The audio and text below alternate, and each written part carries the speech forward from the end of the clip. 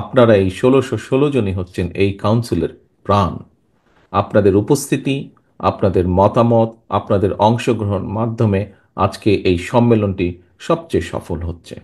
আমি আন্তরিকভাবে ধন্যবাদ এবং শুভেচ্ছা জানাতে চাই আমাদের যেই কমিটিটি গঠন করা হয়েছে, আইনজীবী ফোরামের সদস্য, শিক্ষক, চিকিৎসক এবং সাংবাদিকের মাধ্যমে যেই কাউন্সিলটি আমাদের অনুষ্ঠিত হবে, এটি যে নির্বাচন কমিশন, এর যে সদস্য আছেন জনাব মুকুল, জনাব মকবুল হোসেন, জনাব রবিউল আলম এবং জনাব সাইফুল ইসলাম সজলকে আমরা দৃঢ়ভাবে বিশ্বাস করি ওনারা ওনাদের নিরপেক্ষ ভূমিকার মাধ্যমে এই কাউন্সিলকে অত্যন্ত সফলভাবে আমাদের দলের সামনে উপস্থাপন করতে সক্ষম হবে। প্রিয় সহকর্মীবৃন্দ, আজ কাউন্সিল উপলক্ষে, যশোর জেলা বিএনপির কাউন্সিল উপলক্ষে আপনারা আজকে সকলে এখানে উপস্থিত হয়েছেন। আমরা দেখেছি যে এই কাউন্সিলকে সফল করার জন্য ধীরে ধীরে বিভিন্ন পদক্ষেপ গ্রহণ করার মাধ্যমে আজ এই পর্যায়ে এসে আমরা দাঁড়িয়েছি। এখানে আমার পূর্ববর্তী বক্তাগণ বেশ কয়েকজন তাদের বক্তব্যে ওনারা উল্লেখ করেছেন যে এই কাউন্সিল করার অর্থই কিন্তু থেমে থাকবে না দল, বরং এই কাউন্সিলের মাধ্যমে আজকে যারা দায়িত্বপ্রাপ্ত হবেন আগামী সাংগঠনিক মেয়াদ পর্যন্ত, তারা দলকে এগিয়ে নিয়ে যাবেন, তারা দলকে আরো সুসংগঠিত করবেন, তারা দলের বিভিন্ন নীতি আদর্শ, দলের কর্মসূচি, আমাদের এই দলের কর্মসূচি আগামী দিনে সাধারণ মানুষ, যশোরের বিভিন্ন পথে প্রান্তরে বিভিন্ন প্রান্তিক মানুষের কাছে পৌঁছে দিবেন। কোন কথাগুলো পৌঁছে দিবেন? বিগত 16 থেকে 17 বছর স্বৈরাচার যে ছিল, যেই স্বৈরাচার পালিয়ে গিয়েছে জনগণের অভ্যুত্থানের মাধ্যমে, সফল অভ্যুত্থানের মাধ্যমে যে স্বৈরাচার, খুনি লুটেরা স্বৈরাচার এই দেশ থেকে পালিয়ে যেতে বাধ্য হয়েছে, সেই স্বৈরাচার যখন অস্ত্রের জোরে জোর করে ক্ষমতা দখল করে রেখেছিল, তারা কিভাবে বিএনপি সহ বিভিন্ন রাজনৈতিক দলের নেতাকর্মী যারা গণতন্ত্রের পক্ষে কথা বলেছিল, দেশের মানুষের অধিকারের পক্ষে কথা বলেছিল, দেশের মানুষের কথা বলার অধিকারের পক্ষে কথা বলেছিল, যারা দেশের মানুষের ধন সম্পদ যে স্বৈরাচার লুটতরাজ করেছে সেই লুটতরাজের বিরুদ্ধে কথা বলেছিল, এবং এই কথাগুলো বলার ক্ষেত্রে, জনগণের অধিকার আদায়ের ক্ষেত্রে কিভাবে বিএনপি সহ বিভিন্ন রাজনৈতিক দলের নেতৃবৃন্দ নির্যাতিত হয়েছে, অত্যাচারিত হয়েছে, এই কথাগুলো যেমন আমরা তুলে ধরেছি অতীতে, এই কথাগুলো যেমন আমরা আগামী দিনেও তুলে ধরব, একইভাবে এর পাশাপাশি আমরা তুলে ধরব বাংলাদেশ জাতীয়তাবাদী দল এই দেশের কৃষককে নিয়ে কি ভাবে এবং কৃষককে নিয়ে সে তার কি পরিকল্পনা, সেই কথাগুলো আমরা তুলে ধরব। বাংলাদেশ জাতীয়তাবাদী দল বিএনপি, আপনাদের প্রিয় দল, বাংলাদেশের নারী সমাজের উন্নয়নের জন্য, ক্ষমতায়নের জন্য কি চিন্তা করে, কি পরিকল্পনা গ্রহণ করে, সেই কথাগুলো আমরা তুলে ধরব জনগণের কাছে। আপনাদের প্রিয় দল, আমাদের প্রিয় দল বাংলাদেশ জাতীয়তাবাদী দল এই দেশের শিক্ষার জন্য আগামী দিনের যারা ভবিষ্যৎ, তাদেরকে নিয়ে আমরা কি চিন্তা করি, কিভাবে তাদের শিক্ষার কার্যক্রম আরো সুন্দরভাবে তাদের একটি একটি একটি দৃঢ় ভবিষ্যৎ শিক্ষার মাধ্যমে তা ভবিষ্যৎ প্রজন্মের দৃঢ় ভবিষ্যৎ গড়ে তুলতে সক্ষম হব, সেই পরিকল্পনা আমরা তুলে ধরব তাদের কাছে। প্রিয় সহকর্মীবৃন্দ, বাংলাদেশ দল এমন একটি রাজনৈতিক দল যে দলটি অতীতে বিভিন্ন সময় বাংলাদেশের জনগণের সমর্থন নিয়ে এই দেশ পরিচালনা করেছে, এবং আমরা দেখেছি প্রতিবার যখন বাংলাদেশ জাতীয়তাবাদী দল দেশ পরিচালনা করেছে, প্রতিবার আমরা চেষ্টা করেছি দেশের মানুষের সমস্যার সমাধানগুলো করার জন্য। হতে পারে বিভিন্ন সীমাবদ্ধতার কারণে যতটুকু প্রত্যাশা আমাদের ছিল, যতটুকু আমরা করতে চেয়েছিলাম, সব কাজ আমরা হয়তো সক্ষম হইনি সব কাজগুলো সম্পূর্ণ করতে। সেজন্যই আমরা বিভিন্ন সময় বিভিন্ন পরিকল্পনা গ্রহণ করেছি। আপনারা দেখেছেন এই মুহূর্তে দলের পক্ষ থেকে আমরা 31 দফার একটি পরিকল্পনা দিয়েছি রাষ্ট্রকে পুনর্গঠন করার জন্য। কেন এই রাষ্ট্রকে পুনর্গঠন করার প্রশ্নটি আসলো? প্রিয় সহকর্মীবৃন্দ, প্রিয় কাউন্সিলরবৃন্দ, একটু আগে বিভিন্ন জন যারা বক্তব্য রেখেছেন মঞ্চে, আপনারা নিশ্চয়ই শুনেছেন, খেয়াল করেছেন, তাদের বক্তব্যে খুব সুন্দরভাবে ফুটে উঠেছে কিভাবে এই যে বিগত স্বৈরাচার তারা কিভাবে বাংলাদেশের প্রতিটি প্রতিষ্ঠানকে, বাংলাদেশের অর্থনীতি বলেন, বাংলাদেশের বিচার ব্যবস্থা বলেন, বাংলাদেশের প্রশাসন বলেন, বাংলাদেশের শিক্ষা ব্যবস্থা বলেন, স্বাস্থ্য ব্যবস্থা বলেন, প্রত্যেকটি ক্ষেত্রকে কিভাবে তারা ধ্বংস করে দিয়েছিল। এবং এই অবস্থা করেছিল বলেই দেশের মানুষের উন্নয়নের জন্য, দেশকে সামনে এগিয়ে নিয়ে যাওয়ার জন্যই রাষ্ট্রের বিভিন্ন কাঠামোর পুনর্গঠন প্রয়োজন। এবং এর উপরে ভিত্তি করেই এই কারণেই আমরা আজ থেকে বাংলাদেশ জাতীয়তাবাদী দল প্রায় ২.৫ বছর আগে ৩১ দফা আমরা জাতির সামনে উপস্থাপন করেছি। প্রিয় সহকর্মীবৃন্দ, আজকে আমরা বিভিন্ন মানুষের কাছে বিভিন্ন সংস্কার প্রস্তাবের কথা শুনতে পাই।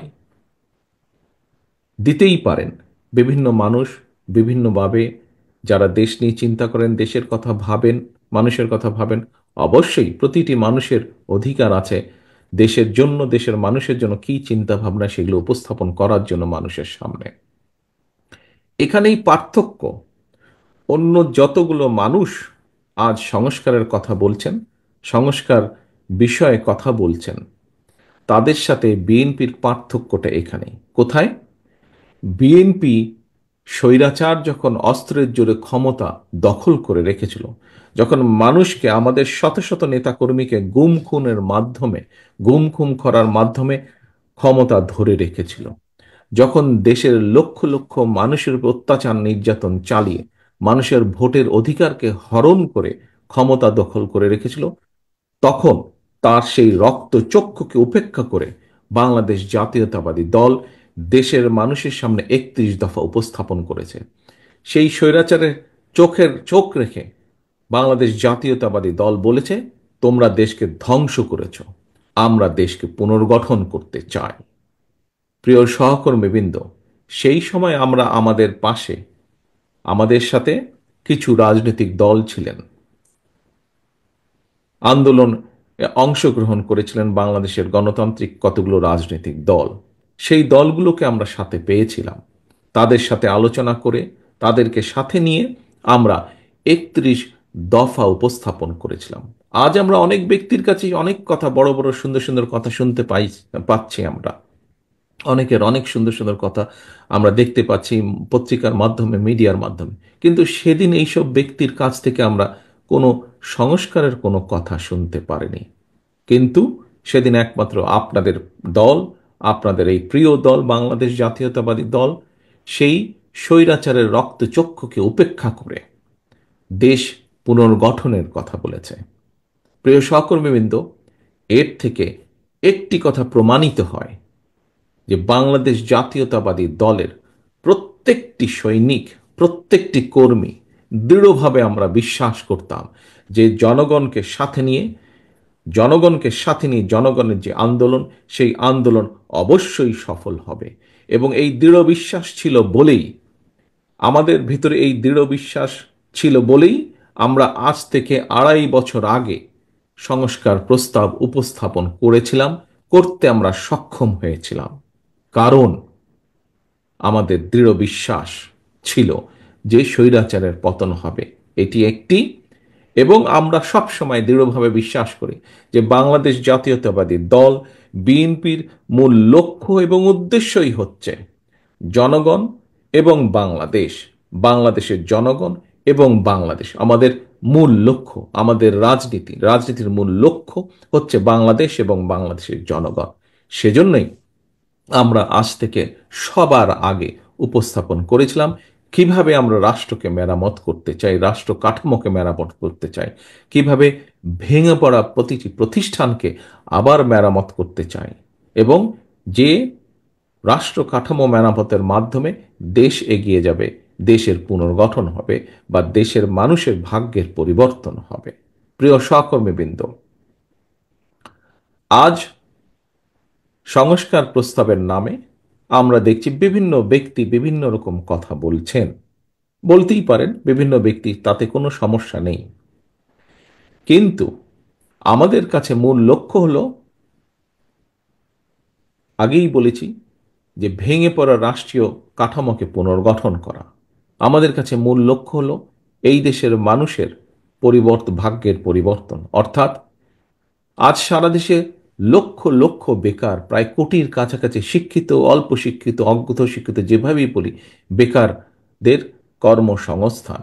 আমাদের কাছে আজকে মূল লক্ষ্য হলো খাল কাটার মাধ্যমে শহীদ রাষ্ট্রপতি জিয়াউর রহমানের খাল কাটা কর্মসূচি আবার শুরু করা এবং তার মাধ্যমে কৃষকের সেচের পানির ব্যবস্থা করা, তার মাধ্যমে শুকিয়ে যাওয়া খাল বিল যেগুলো আছে সেগুলোর মধ্যে আবার পানির প্রবাহ তৈরি করা। আমাদের লক্ষ্য হচ্ছে এই দেশের শিক্ষা ব্যবস্থাকে, দেশের যে আগামী ভবিষ্যৎ, আগামী প্রজন্ম, তাদের শিক্ষাকে কিভাবে, তাদের কাছে শিক্ষার সুযোগ পৌঁছে দেওয়া যায়, কিভাবে শিক্ষা ব্যবস্থাকে দৃঢ়ভাবে গড়ে তোলা যায়।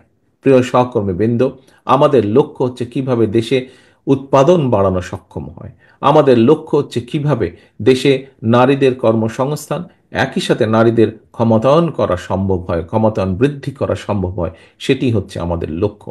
প্রিয় সহকর্মীবৃন্দ, আমাদের লক্ষ্য হচ্ছে এই দেশের মানুষের স্বাস্থ্যের ব্যবস্থা কিভাবে উন্নত করা যায়, যাতে এই দেশের মানুষকে স্বাস্থ্যর যে সার্ভিস, সেই সার্ভিসটি পাবার জন্য যাতে তাদেরকে বিদেশে যেতে না হয়, এই দেশে বসেই এই দেশের মানুষ যাতে অধিকাংশ মানুষ স্বাস্থ্য সেবা পেতে পারে, সেইটি হাসিল করা হচ্ছে আমাদের লক্ষ্য।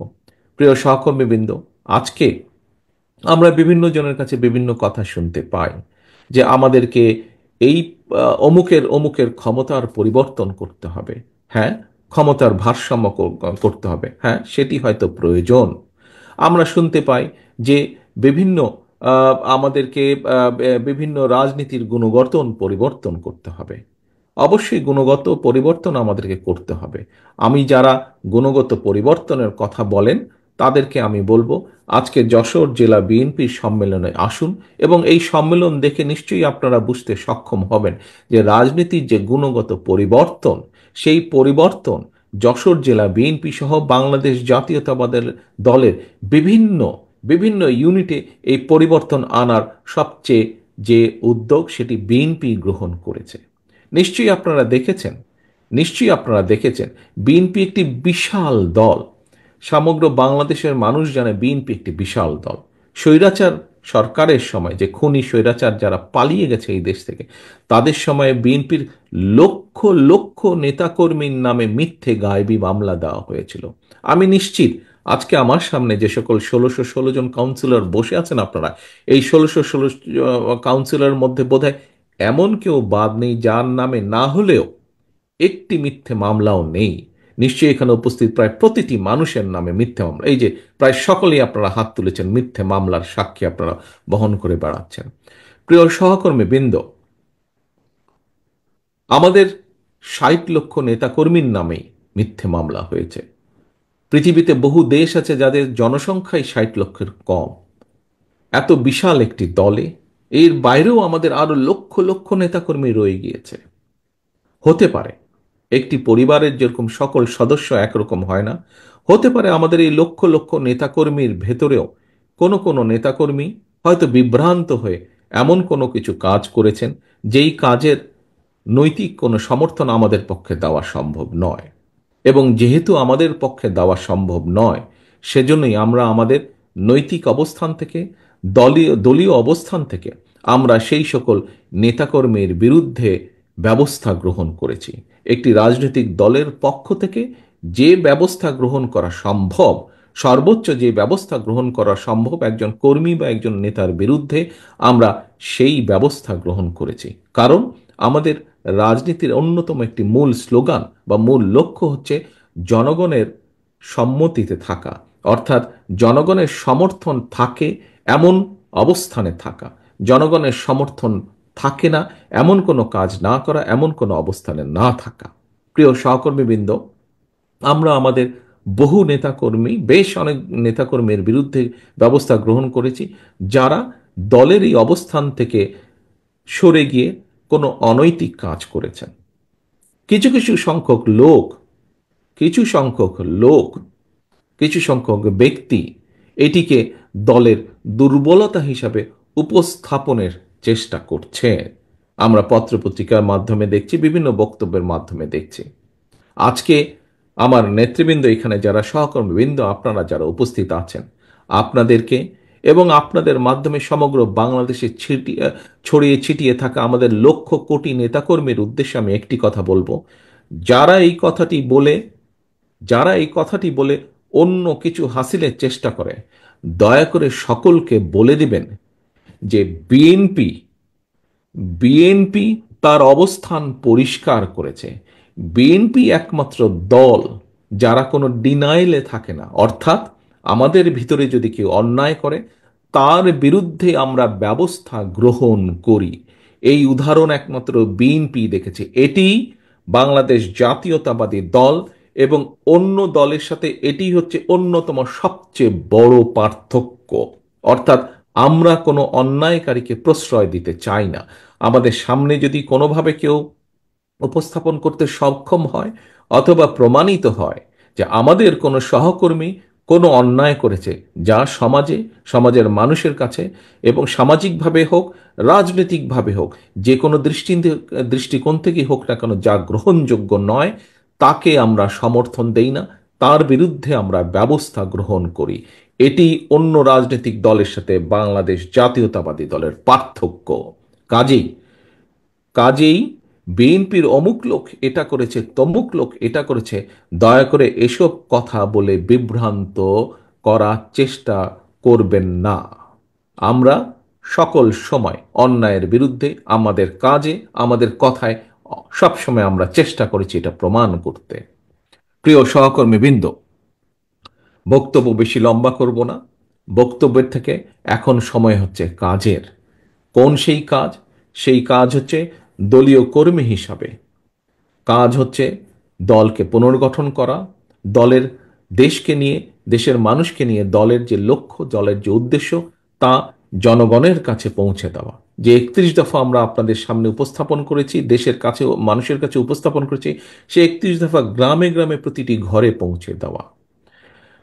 এবং একই সাথে দলের একজন কর্মী হিসাবে এই কাজটি যেমন করবেন, একই সাথে দল হিসাবে, সামগ্রিকভাবে দল হিসাবে, একটি রাজনৈতিক দল হিসাবে, যেহেতু আমাদের সকল ক্ষমতার উৎস হচ্ছে, রাজনৈতিক ক্ষমতার উৎস হচ্ছে বাংলাদেশের জনগণ, সেই জন্য দল হিসাবে আমাদের সবচাইতে প্রথম কাজ হচ্ছে দেশকে পুনর্গঠন করা।